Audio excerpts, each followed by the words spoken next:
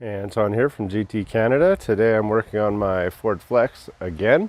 Today I'm going to be working on the factory trailer wiring. So it hasn't worked since I bought the car. I have no idea why. I'm about to just have a look at it. I'm going to show you the things that I check when I'm trying to figure out what's going on with any trailer wiring.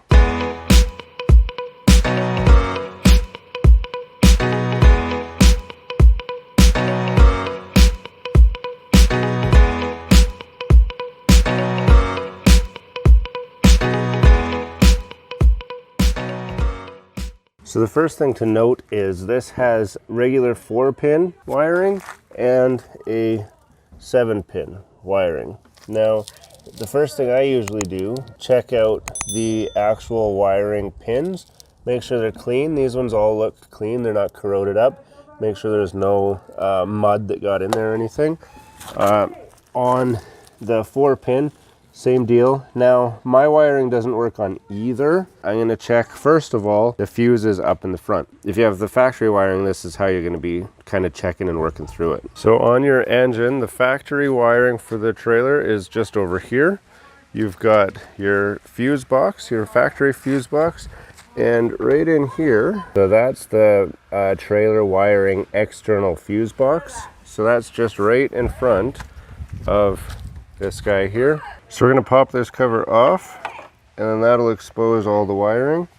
There is no indicator on the cover itself what's what, but for now all I want to do is just check the fuses under here and make sure that they're all good, and that's it. There's also some relays, but I'm not worried about those. Right now I'm just worried about the fuses. So I've just got a cheap meter that I got at, I think I got this one at Walmart. And all you're going to do is put it to the Ohm Checking, and then I validate it's right. Like this, watch it change. It should change to 0, basically 0, and overload. That's all we're checking, is for the change in state. Now normally I can just hold the fuse up to the daylight and see if it's good or not. There you can see it looks good, but I have seen fuses that look good but aren't. I'm gonna check that like that.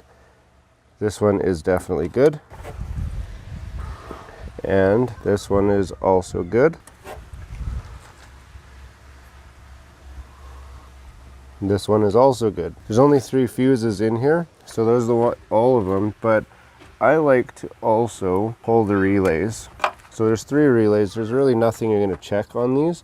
I just want to make sure that the contacts look clean and intact. So a lot of times your relays can get corroded up and have contact issues, which will cause you problems. So this way I know that they're good. So if you've got a helper available, what you can get them to do is push the brakes and let go, and you should hear a relay clicking.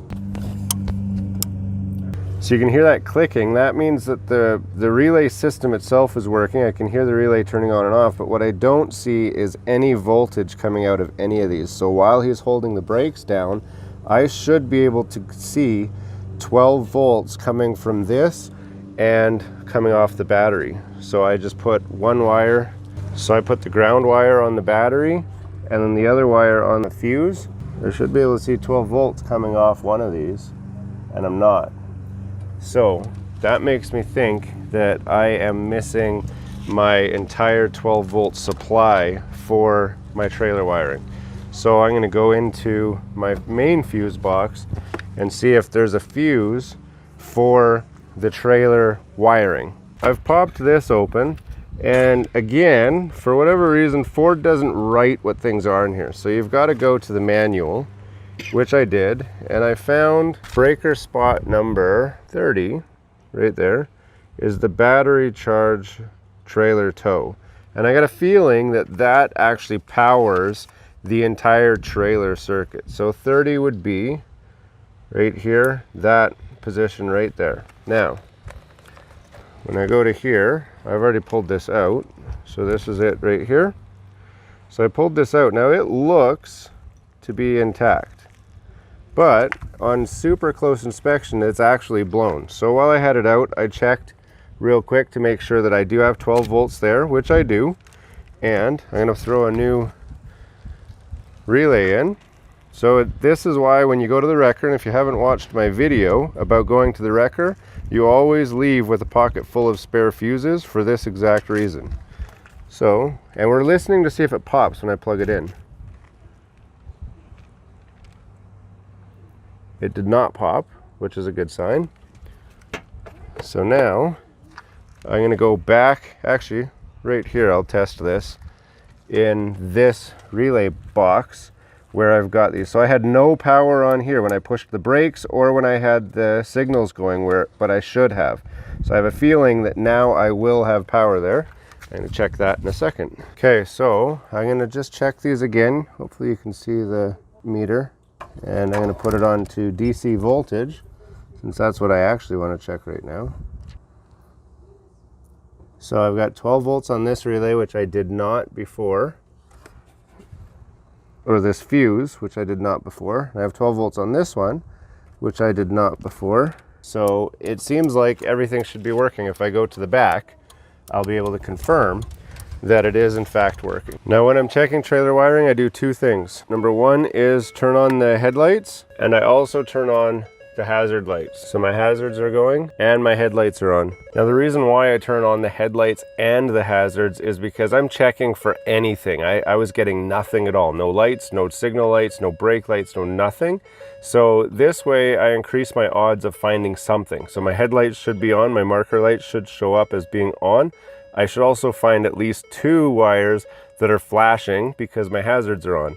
So I've got a number of wires that should have 12 volt power. I'm going to check the factory ground and then I'll check it against a regular ground in that area just to see which one is working and if I can bring anything to life. I currently have the 4-way flashers going, the headlights on, and the brakes on. So I should get all just action on any one of these connections. And I'm going to check it on here because essentially they go the same place.